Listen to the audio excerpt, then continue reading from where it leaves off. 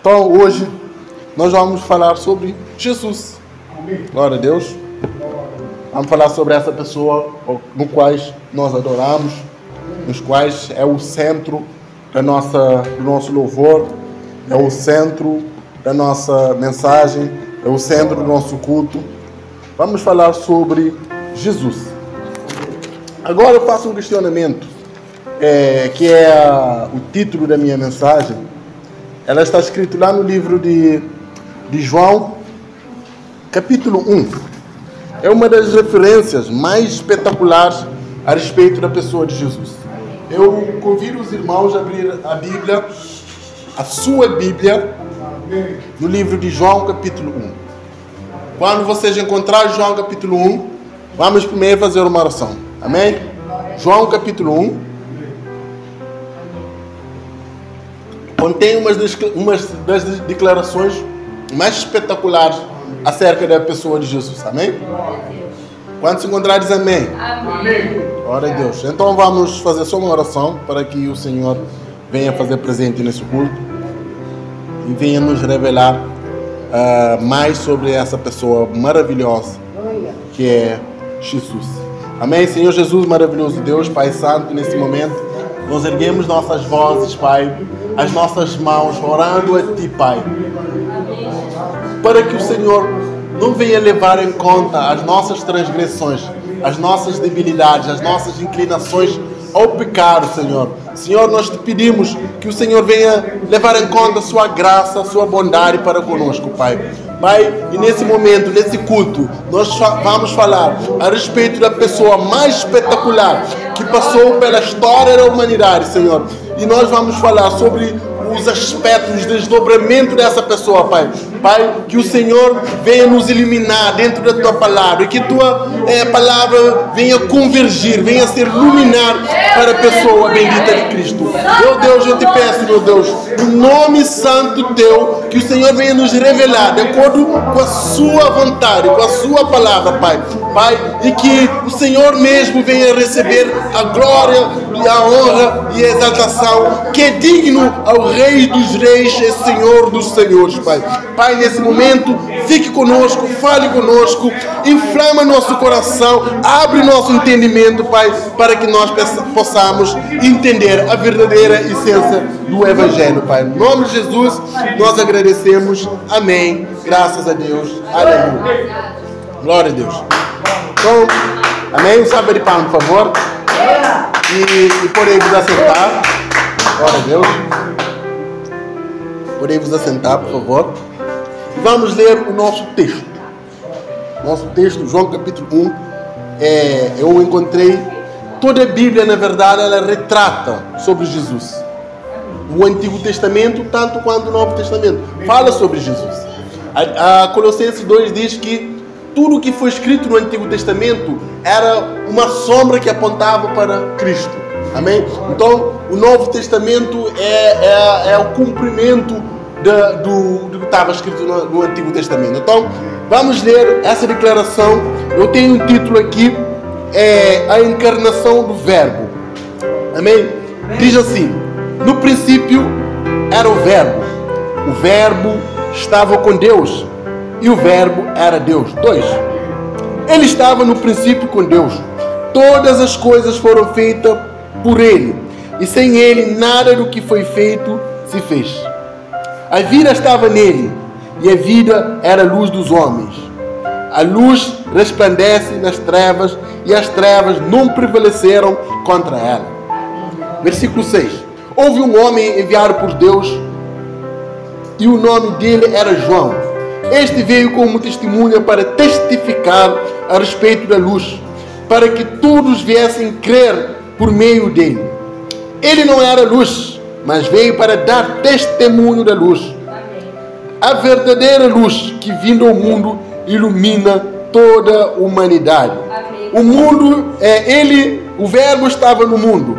O mundo foi feito por meio dele, mas o mundo não o conheceu. Veio para o que era seu, e os seus não o receberam. Onde que estamos? 12.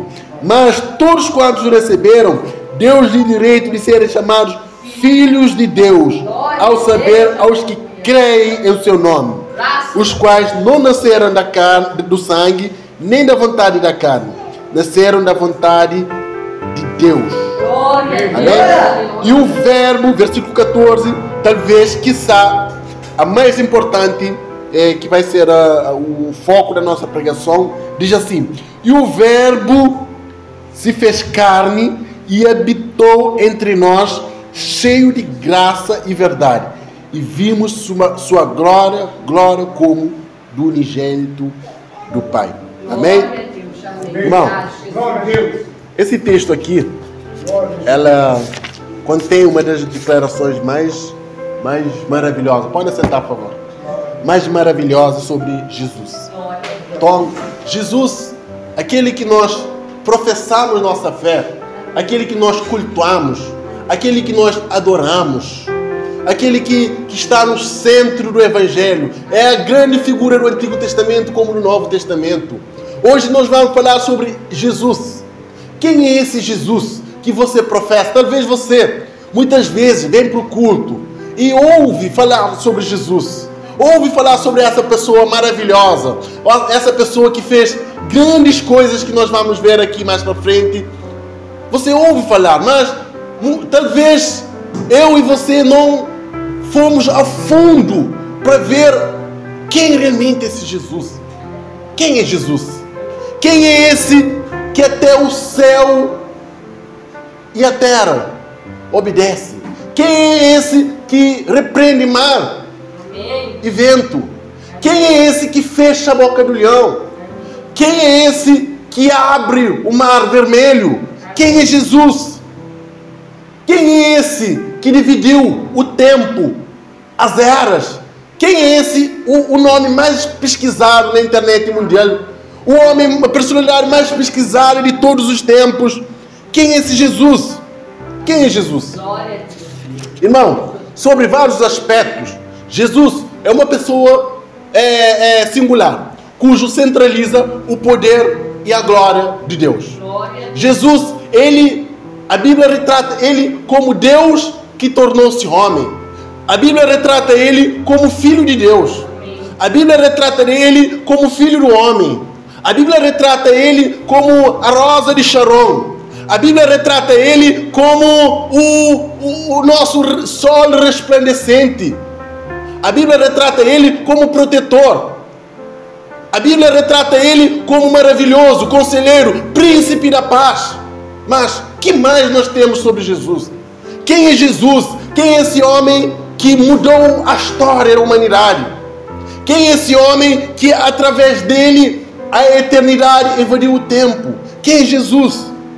E nós temos aqui o nosso texto que diz assim, versículo 14.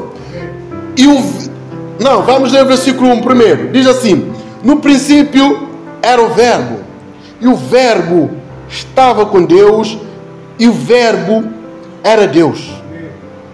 Ele estava no princípio com Deus. Amém? No versículo 14 diz que e o Verbo se tornou carne e habitou entre nós. Ou seja, para uma palavra mais simples, e o Verbo se tornou homem. O Verbo se tornou humano. O Logos, o Verbo que estava lá no princípio com Deus, se tornou homem. Agora, o tabernáculo que Moisés descrevera lá no Antigo Testamento se fez homem. A glória que desceu sobre o templo de Salomão agora se tornou homem. O tabernáculo se fez homem. Irmão, muitas religiões concordam que há um só Deus. Concordam que Jesus veio. De fato, Jesus veio. Mas quando se trata sobre a missão de Jesus, sobre a sua divindade, sobre a sua filiação, aí há um problema. Aí há uma dificuldade para eles. Porque Jesus é a pedra de tropeço que trava todas as outras religiões. Amém? Amém. Jesus é a pedra angular, é a pedra de esquina, é o fundamento da nossa fé. Amém. Mas também ele é pedra de tropeço que trava todas as outras religiões, meu irmão. Então, o Jesus que nós vemos aqui no nosso texto diz que, a palavra que nós vimos aqui no nosso texto diz que no princípio era o verbo. Qual princípio? O que o autor nos remete aqui? Qual princípio? Ele fala, no princípio era o verbo. Que princípio? Na criação era o verbo. Quando Deus criou todas as coisas, porque o contexto nosso aqui fala da criação de Deus. Quando Deus criou, haja luz, haja separação entre águas, haja ervas sobre a terra, haja o sol, haja luz. Ali que João está nos reportando. No princípio era o verbo. No princípio era o verbo. Mas que verbo é esse? O verbo aqui, em grego, é logos. O que significa logos? Logos significa é ação, o verbo. Por exemplo, o Newton está sentado. É uma ação que o Newton está desenvolvendo. O pastor está dizendo amém. É uma ação, é o verbo. Quando a Bíblia diz que no princípio era o logos, era o verbo, não tem duas pessoas aqui, nem muito menos três. Diz que aqui no princípio era a ação de Deus, o logos de Deus, sobre a obra criacionista. No princípio era Deus criando todas as coisas. No princípio é Deus com a sua palavra, com a sua ação, criando todas as coisas. No princípio era o logos de Deus, era a ação de Deus, era o proceder de Deus sobre a sua obra criacionista. Então, esse texto é no princípio, mas quando ele fala no princípio, quando Deus criou todas as coisas, ele nos dá a entender que o verbo está fora do tempo e do espaço. Se Deus criou todas as coisas, quer dizer que esse verbo, esse logos, está fora do tempo e do espaço. Então, se no princípio ele criou tudo aquilo que veio a existir, se ele está fora do tempo e fora do espaço, quer dizer que ele é eterno. Amém. Então, no princípio era o verbo. Está dizendo aqui, na eternidade era o verbo. Amém. Na eternidade, Deus estava lá criando, com sua sabedoria, com seu conhecimento, todas as coisas. Irmão, esse texto afirma que Jesus, primeiro, é eterno. Amém. Ele estava lá criando todas as coisas. Antes que tudo venha a existir, ele como Deus atemporal. O que significa isso? Fora de tempo e espaço. Está querendo dizer, na eternidade era Deus criando todas as coisas. Amém. Então, na eternidade era o logos de Deus, era a ação de Deus, criando todas as coisas com a sua palavra. No princípio estava lá Deus criando todas as coisas. Então, no princípio, então o logos, como nós vemos no versículo 14, diz que se fez carne e habitou entre nós. E quem se fez carne e habitou entre nós? Jesus, né? Porque a virgem conceberá, dará à luz a um menino, pô-lo-á nome de Jesus, porque ele salvará o seu povo dos seus pecados. Então, o logos, o verbo, a palavra com que Deus estava criando, não só é eterno, mas também a nossa palavra diz que, a palavra de Deus diz que ele é o próprio Deus. Ou seja, a palavra que é Jesus é Deus. Ela é eterna, existiu desde o princípio, desde antes do princípio de todas as coisas. A palavra era o próprio Deus. Então, irmão, primeiro precisamos entender aqui.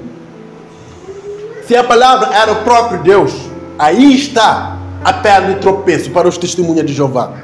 Se a palavra é Logos, é Theos, é Deus, aí está a pedra de tropeço para as outras religiões que dizem que Jesus não é Deus.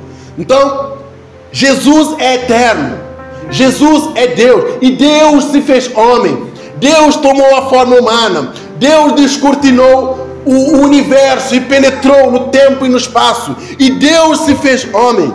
Irmão, esse é Jesus nos quais nós servimos. Ser cristão não é coisa pouca, não.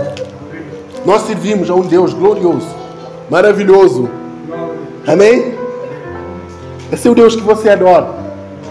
Veja o versículo 3. Todas as coisas foram feitas por Ele. Por quê? Por Jesus.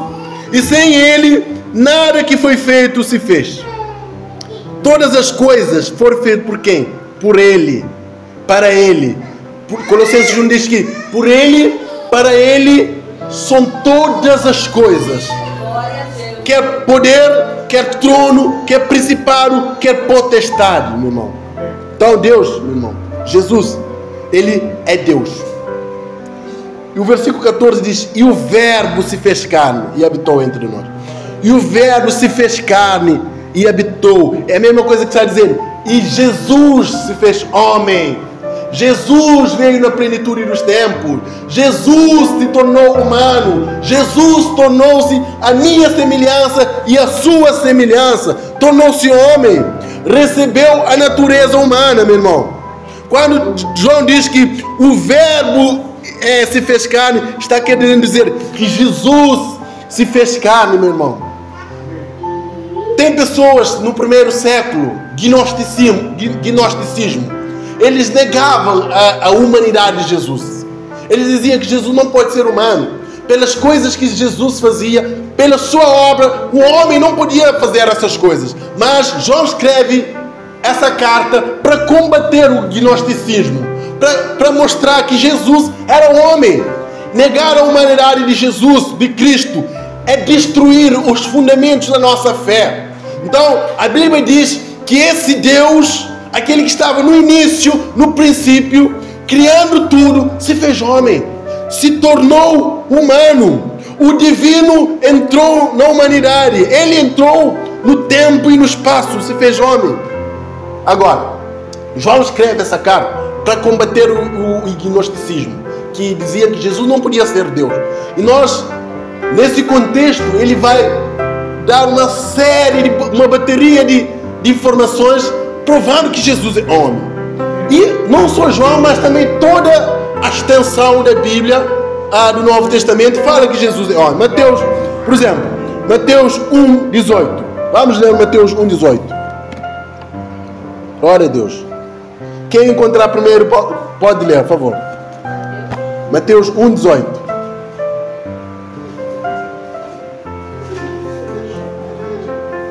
Glória a Deus. Mateus 1:18.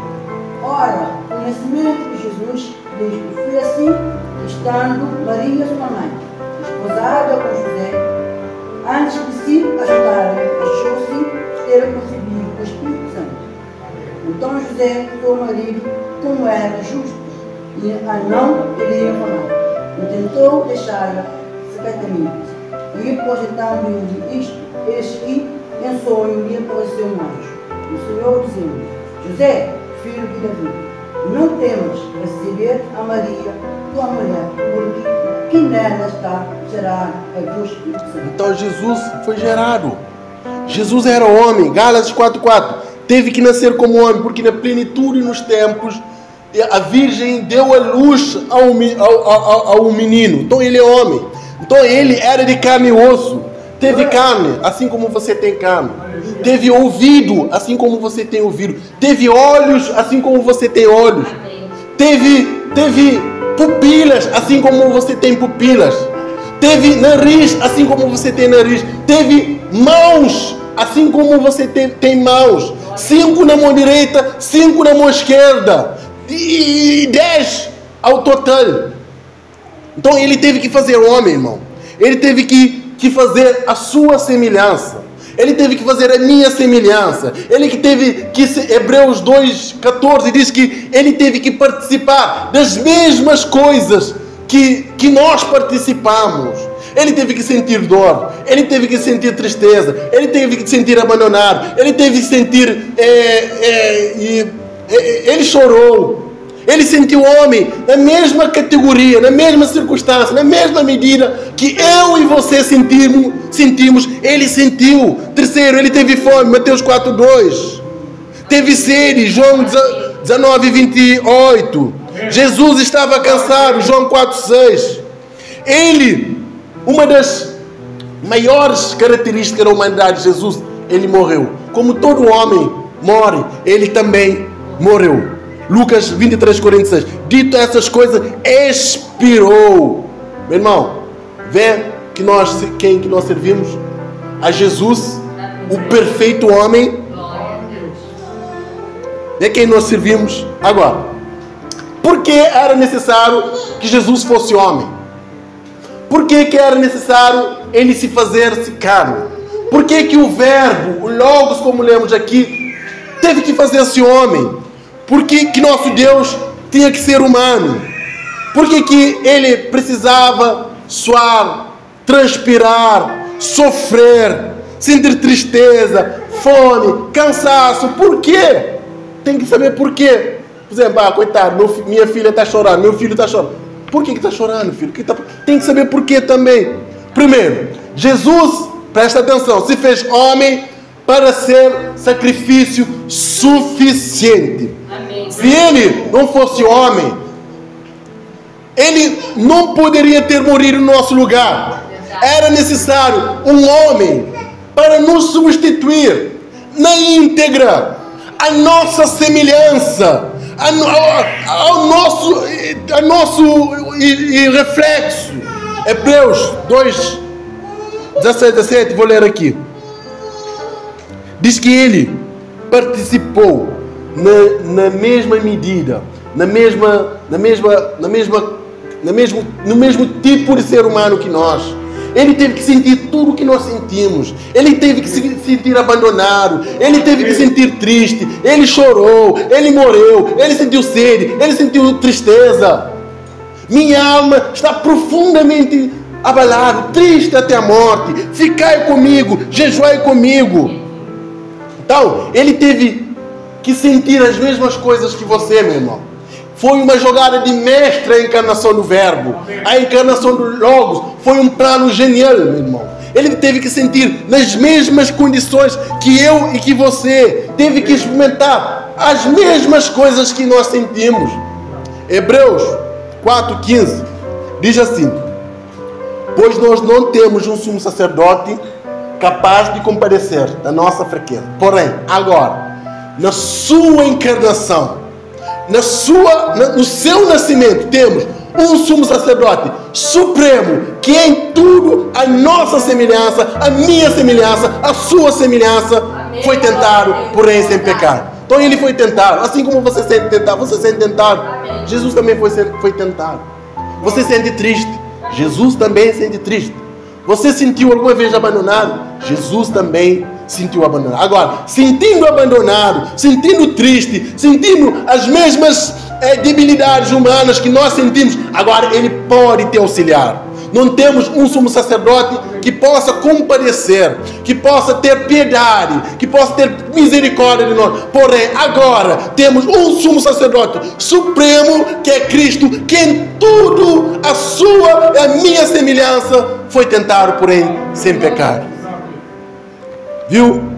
Por que Jesus fez homem? Para ser tentado, como você é tentado. Para sentir dor, como você sente dor. Para sentir tristeza, como você sente triste. Para sentir abandonado, como você sente abandonado. Então, Jesus sentiu as mesmas coisas que nós, para nos auxiliar, para poder compadecer de nós. Agora, sentindo o que você sente, ele pode compadecer de você. Ele pode você sentir triste, ele vai dizer: eu sei o que é sentir triste. Você sentir abandonado, eu sei o que é sentir abandonado. Você sente vontade de desistir, de caminhar na fé, ele vai: eu sei o que é ser tentado pelo próprio diabo no deserto. Ele vai dizer: eu sei. Então, agora, sabendo, ele pode auxiliar você. Nosso Deus não é um Deus, meu irmão, sem propósito. Nosso Deus é um Deus com propósito. Então, a sua encarnação foi um plano perfeito, genial. Amém? Mas também Jesus é homem, sim. João disse que Jesus é homem, sentiu as mesmas coisas que nós sentimos, as mesmas debilidades, as mesmas dificuldades que você sente, ele sentiu. Mas ele não é também só homem também. Dizer que Jesus é só homem, eu estou continuando a ser herege, mesmo assim. para ser perfeita a minha declaração, tem que dizer: Jesus é 100% homem, mas Jesus também é 100% Deus. Ele não é 99,999% Deus, ele é 100% Deus. Ele não é 99,999% homem. Não, ele é 100% homem. Então, ele era plenamente humano. Teve fome, teve sede, chorou, cansou, até conheceu o óbito. Entretanto, Jesus é Deus também. Então, irmão, você está falando que Jesus é Deus? Eu não acredito não. Vamos para a Bíblia. Sim, vamos para a Bíblia. O que a Bíblia afirma sobre Jesus? É Deus ou não é Deus? É isso que nós vamos ver. Então vamos para a divindade de Cristo. Preste atenção. A palavra para se referir a Deus em grego é Theos. Daí vem a palavra teologia, que significa ciência que estuda Deus. Então, se Theos no grego é Deus, se João a escrever, e os discípulos, ao escrever essa carta, se usa a expressão Theos para Jesus, então quer dizer que Jesus é Theos, é Deus. Amém? João 1 diz assim, acabamos de ler: no princípio era o verbo estava com Deus e o verbo era Theos. João 28, Tomé respondeu: Senhor meu e Deus meu. Romanos 9,5, dos quais são patriarcas, que é a linhagem terrena de Cristo, que é Deus, que é Deus sobre todos eternamente. Amém? Então, a Bíblia, irmão, ela usa o termo Theos para Cristo. Theos. Também no Antigo Testamento, eles usavam a expressão grega que é Kyrios. O que é Kyrios? É Senhor. Então, se a Bíblia ensina, a Bíblia mostra o termo Kyrios para Jesus, então quer dizer que Jesus é Senhor, é Deus, irmão. Então, vamos ver Lucas 2,11. Pois na cidade de Davi vos nasceu o Salvador, que é Cristo Kyrios, o Senhor. Mateus 3,3. Eis que aquele que foi anunciado pelo profeta Isaías: a voz que clama no deserto, prepara caminho ao Senhor. A Kyrios, que quer dizer Senhor. Atos 2,36.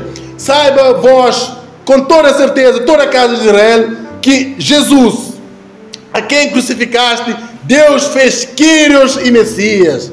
Vá para o grego. Deus fez Kyrios e Messias. Então, meu irmão, o termo Kyrios também é utilizado para Jesus. Então, se Jesus, a Bíblia está dizendo que Jesus é Kyrios, é Senhor, quer dizer que Jesus é Deus. Amém? Quais estão entendendo? Diz amém. Amém. Glória a Deus. Então, irmão, nós vemos que Jesus, ele é Theos, ele é Deus. Que Jesus é Kyrios, ele é Senhor. Então, agora vamos ver os atributos de Deus. O grande Yahvé no Antigo Testamento, os atributos do grande Eu Sou do Antigo Testamento, vamos ver se esse atributo também é usado em Jesus. Então, tem dois tipos de atributos de Deus. Tem os atributos comunicáveis e tem os atributos incomunicáveis. Como assim? Os atributos comunicáveis são atributos que Deus comunica com o homem, partilha com o homem. Então, quais são os atributos que Deus comunica com os homens? Amor, justiça. Deus é amor, ele partilha com o homem o seu amor. Justiça, ele partilha com o homem justiça. Então são os atributos que ele comunica. Bondade, ele partilha com os homens a sua bondade. E nós também temos atributos incomunicáveis. O que quer dizer isso? Que atributos que só Deus tem: onipresença, onisciência, onipresença, onisciência e onipotência. Então ninguém mais tem esses atributos. Só Deus é onipotente, só Deus é onipresente, só Deus é onisciente. Então, se só Deus, o grande Yahvé, o Eu Sou do Antigo Testamento, tem esses atributos, agora no Novo Testamento, se Jesus tiver esses atributos, então quer dizer que Jesus é divino, Jesus é Deus. Vamos ver sinais que Jesus tinha que é incomunicável, que só Deus tem, onipotência. Mateus 14:49. Jesus multiplicou pães e peixes. Só Deus pode multiplicar pães e peixes. Jesus acalmou a tempestade. Mateus 8:26-27. Só Deus pode fazer isso. Jesus transformou água em vinho. João 2:1-11. Só Deus pode fazer isso. Então Jesus é onipotente. Segundo, a eternidade.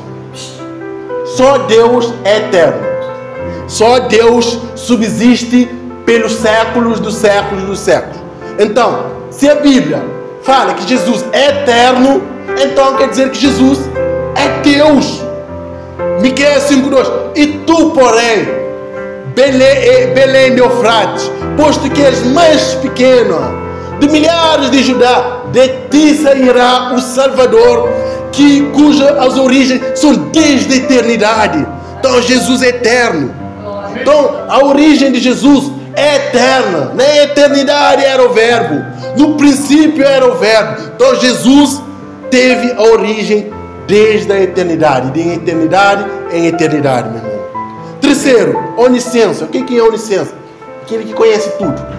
A Mônica esses dias falou assim: Jadir, você sabe tudo. Não, eu não sei tudo. Eu disse para ela: o único que sabe tudo é o Senhor Jesus. A Ele a glória, a Ele o louvor, a exaltação, hoje pelos séculos eternos. Então, João 6,64. Entretanto, existe algum de vós que não crê. Estamos na onisciência, ok? O conhecimento. Entretanto, existe algum de vós que não crê, pois Jesus sabia desde o início quais os que creram e que não creram e quem iria trair. Então, onisciência, sabia de tudo. João 16,30. Agora conhecemos que tu sabes todas as coisas. Onisciência. Jesus é onisciente. Pedro disse: Senhor, tu sabes todas as coisas. Onisciente. Você está vendo como que Jesus é onisciente? Só Deus é onisciente. Jesus é onisciente. Só Deus é onipotente. Jesus é onipotente. Só Deus pode estar em todos os lugares ao mesmo tempo, à mesma hora. Jesus é onisciente. Amém? Conclusão. Aprendemos aqui que Jesus é plenamente Deus e que Jesus é plenamente homem. 100% Deus e 100% homem. Agora, por que era necessário Jesus ser Deus? Por que era necessário Jesus ter a plenitude da divindade nele? Não era necessário somente a humanidade para morrer pelos nossos pecados? Sim, talvez. Mas era necessário ser divino? Sim, era necessário ser divino. Por que era necessário Jesus ser divino? Por que Jesus precisava ser divino? Porque nenhum homem sobre a face da terra, a não ser Deus, teria a capacidade de tomar todos os pecados de todas as eras, de todos os tempos sobre ele. Nenhum ser humano iria suportar tal peso dos pecados daqueles que crescem nele. Nenhuma criatura finita, mortal, poderia suportar o peso da ira de Deus sobre sua cabeça. Nenhum ser humano. Então só Deus poderia suportar esse peso. Então Deus se fez homem. Deus se fez carne. Deus tomou a natureza humana.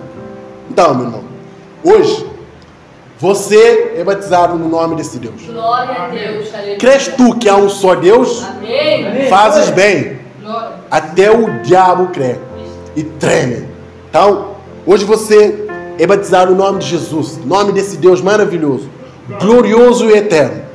1 João 5,20. Sabemos que Jesus é vindo e tem nos dado entendimento para reconhecermos aquele que é verdadeiro. E vocês estão naquele que é verdadeiro. Ao saber Cristo, este é o verdadeiro Deus e a vida eterna. Então, esse é o nosso Deus, meu irmão. Esse é o nosso Deus, Jesus. Apocalipse 19:16 diz: e no manto e na sua coxa está escrito: Rei dos reis e Senhor dos senhores. Irmão, tudo deve apontar para Cristo. Tudo deve apontar para aquele que foi fulminado naquela cruz. Você quer um exemplo que tudo deve apontar para Ele? João 16, 13 e 14 diz assim: quando o Espírito da verdade vier, Ele vos guiará em toda a verdade. Ele não falará de si mesmo, mas vos falará tudo aquilo que eu vos tenho dito e revelará a vocês tudo aquilo que está por vir. Ele, atenção, me glorificará, porque recebeu aquilo que é meu, meu irmão. Então, irmão, qual é a grande função do Espírito Santo, do Paracleto? Qual é a grande função? Está vendo aqui? Quem colocaram aqui? Jesus. Por quê? Tudo deve apontar para Ele. Então, o Espírito Santo é iluminar, é convergir, é uma luz que aponta para Cristo, porque Ele vos falará de tudo aquilo que vocês têm ouvido. Ele não falará de si, Ele aponta para Cristo. E o mesmo Espírito Santo, Ele, quando Ele vier, Ele promoverá a Cristo. O que você está dizendo? Tudo deve apontar para Cristo. O universo é cristocêntrico. Ele é a mensagem do Novo e o Antigo Testamento, meu irmão. Todo o Antigo Testamento aponta para Ele, e todo o Novo Testamento fala sobre Ele. Ele é o Alfa e Ômega, é o começo de tudo, é o arremate de tudo, meu irmão. Alfa e Ômega. Alfa e Ômega. Alfa quer dizer, Ele é o começo de todas as coisas. A primeira letra do alfabeto grego, Alfa. E Ômega, a última letra do alfabeto grego. Alfa não quer dizer que é o primeiro. Ele, tudo surgiu, tudo começou, tudo brotou, tudo nasceu. Ele criou tudo. E Ômega não só quer dizer que é o fim, mas também quer dizer que é a convergência de todas as coisas. Ou seja, tudo que nele deu origem é para que Ele receba a glória, a Ele o poder, a Ele a exaltação pelos séculos dos séculos, meu irmão. Ele é o princípio, meu irmão. Ele é o fim. Ele é o princípio. O universo é cristocêntrico. Tudo aquilo que você vê no universo, as estrelas, as células, os planetas, contém as digitais de Cristo. Porque Ele é o alfa. Ele é a primeira letra. Não só a primeira letra, mas de tudo deu início. Tudo surgiu, tudo nasceu, tudo brotou dele, meu irmão. Ômega, Ele é o arremate, a convergência de todas as coisas. Tudo que nele deu origem tem que apontar para Ele. Então, irmão, a sua vida deve apontar para Cristo. A tua maneira de proceder deve apontar para Cristo. A minha maneira de proceder, de falar, deve apontar para Cristo. A nossa maneira, conduta de estar na sociedade deve glorificar o nome de Cristo. Por quê? Ele criou todas as coisas. Todas as coisas aqui inclui você, inclui a mim. Ele nos criou. Atos 20 diz que Ele criou tudo. Ele sustenta tudo pela palavra do seu poder, meu irmão. Irmão, então tudo deve apontar para Cristo. Tudo deve apontar para Cristo. E as Escrituras apontam para Ele. Sim, aponta. Isaías 53. Quem creu na nossa pregação? A quem foi revelado o braço do Senhor? Fala de Cristo.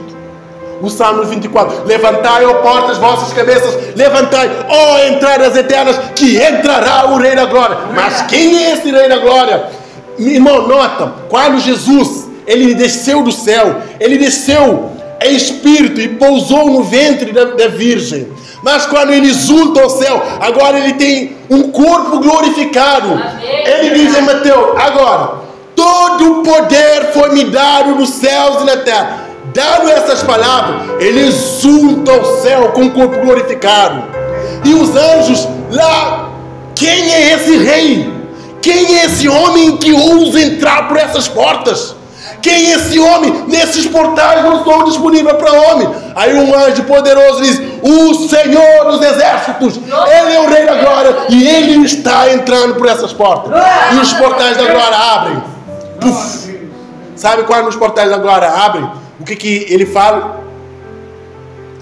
Vinde benditos do meu Pai, se apoderem da vida eterna, dos quais vos foi preparado desde a fundação do mundo. Aleluia. Meu irmão, tudo deve apontar para Cristo. Salmo 24 aponta para Ele. A sua vida também. deve apontar para Ele. Deve apontar para Ele, irmão. Aleluia, aleluia. Agora Ele ousa subir naqueles portais que é só o Rei dos Reis. Os portais da glória, pode abrir aqueles portais. O anjo, na sua limitação, quem é esse rei? Quem é esse homem? Aí um anjo com mais poder, eu posso conjecturar aqui, o Senhor dos Exércitos. Ele é o Rei da Glória. Não é assim que diz o Salmo 24? Então, ele agora abrindo os portais da glória, abrindo a entrada para o céu, agora ele diz: vocês, benditos do meu Pai. Quem são os benditos do meu Pai? Aqueles que creram no Evangelho de Cristo. Benditos do meu Pai. E se vocês que creem no Evangelho de Cristo são benditos, quem que são malditos? O maldito sabe como ele vai dizer? Apartai-vos de mim, que eu nunca vos conheci. Jesus é amor, é misericórdia, mas também é justiça. Então, meu irmão, tudo deve apontar para Ele. Eu não vim aqui falar de Buda, eu não vim aqui falar de Maria, eu não vim falar de Maomé, eu não vim falar de Allan Kardec, eu vim falar de Cristo. Nós estamos falando que aquele no terceiro dia, a Bíblia diz, solta as ânsias da morte. Ou seja, a morte não conseguiu segurá-lo, meu irmão. A morte tinha acorrentado ele, todas as cadeias, os grilhões, os correntes da morte. E Pedro diz, solta as ânsias da morte. O que é isso? Ânsia, vomitar. Ou seja, quando ele morreu, a morte não conseguiu segurá-lo. A morte não conseguiu detê-lo. Ele desceu, meu irmão, na morada da morte, e olhou no olho da morte e matou a morte por asfixia, meu irmão. E cumpre o que está escrito em Salmo, em 1 Coríntios 15, 55. Paulo diz, tragada foi a morte pela sua vitória, meu irmão. Então, nenhuma cadeia estava mais sobre ele, nenhum grilhão, nem nada sobre ele. Ele aniquilou a morte, meu irmão. Tragada foi a morte. O que significa a palavra tragada? A palavra tragada significa destruída, aniquilada, fulminada. Então, Jesus derrotou a morte na sua própria morada. Eu fico conjecturando aqui, eu gosto de conjecturar. Eu fico conjecturando aqui a morte, pegar no seu foice, tirar na vida do outro, tirar na vida do outro, mas um dia, ao terceiro dia, toque, toque, toque, toque. Quem é? Jesus, meu irmão, desceu e aniquilou a morte, meu irmão. Aniquilou. E quando ele sobe ao céu, a Bíblia diz que os demônios, antes da sua ressurreição, os demônios iam na presença de Deus acusar os filhos de Deus. Não é assim com Jó? Vê o Jó, o seu servo, ele só te serve porque o Senhor dá tudo para ele. Tira tudo dele e vê assim ele te serve.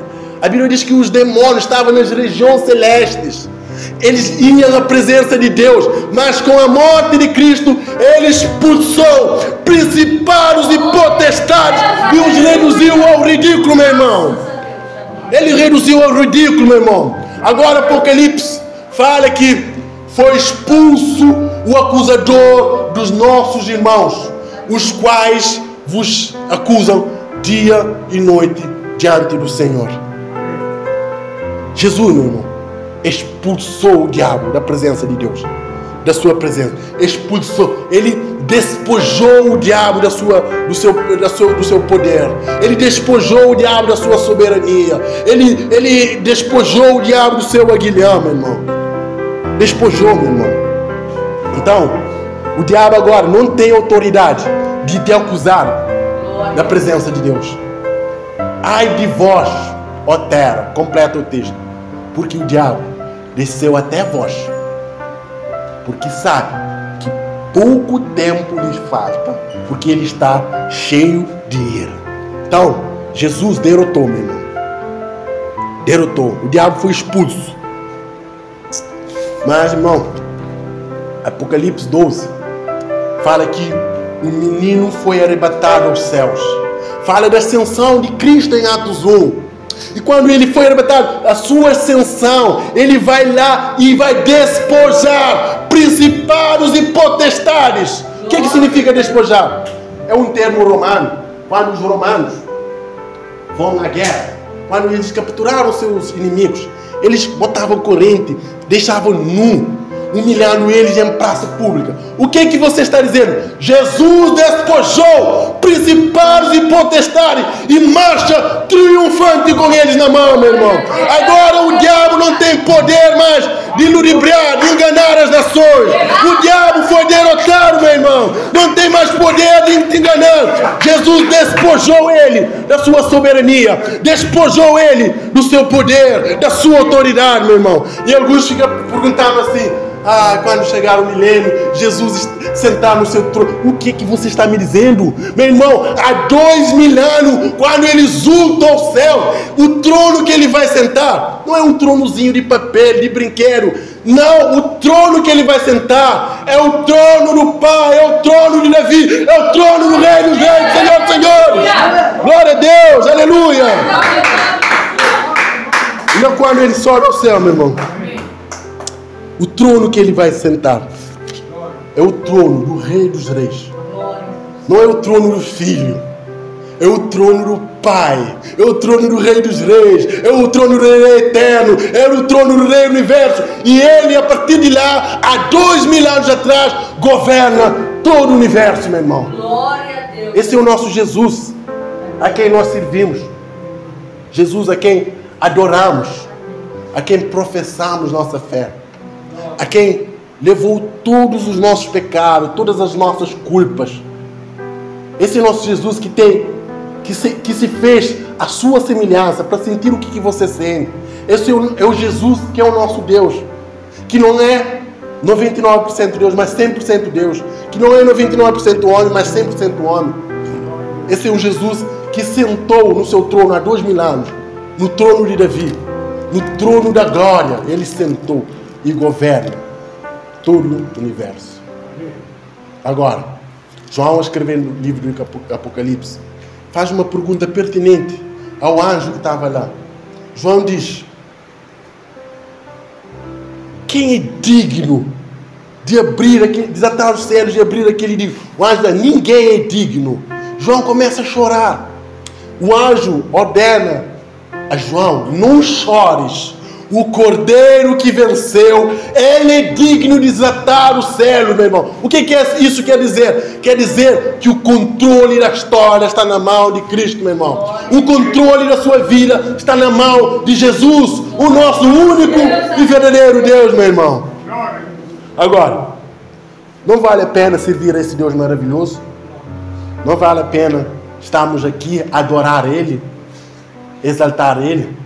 Um Deus que nada foge do seu poder. Ele sustenta todas as coisas pela palavra do seu poder. Ele te dá vida, Ele te dá respiração, Ele te dá família, Ele te dá filhos, Ele te dá trabalho, Ele te dá salvação, meu irmão. Então não vale a pena servir a esse Deus? Conclusão. Vamos terminar. Esse é o Cristo que nós adoramos. É o Jesus, nosso Deus. Ele não é 3, não é 2. Ele é único. Crês tu que há um só Deus? Fazes bem. Até os demônios creem e tremem. Esse é Jesus que foi para a cruz voluntariamente, alegremente, que não levou em conta a vergonha que seria a cruz, mas a alegria que lhe estava proposto em ser o meu e o seu Redentor.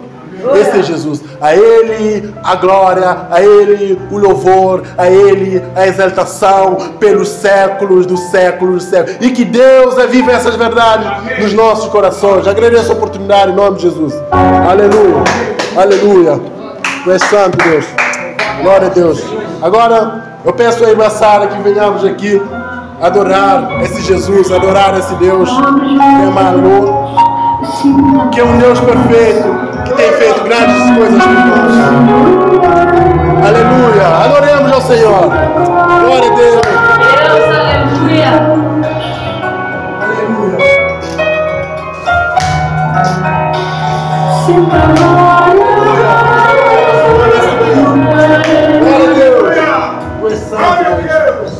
Aleluia! Não se detém, se as lágrimas rolarem e as baixas